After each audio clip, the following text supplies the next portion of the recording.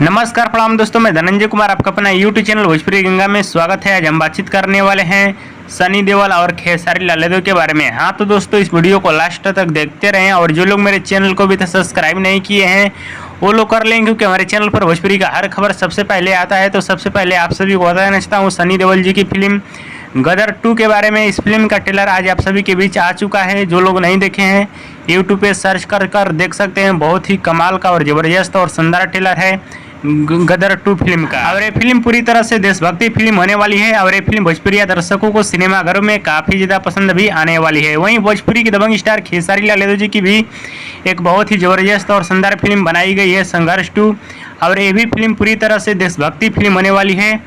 और इस फिल्म का ट्रेलर भी भोजपुरी दर्शकों को खूब ज़्यादा पसंद भी आया था। और सनी देओल जी की फिल्म गदर 2 को आप सभी के नज़दीकी सिनेमाघर में रिलीज किया जाएगा 11 अगस्त से।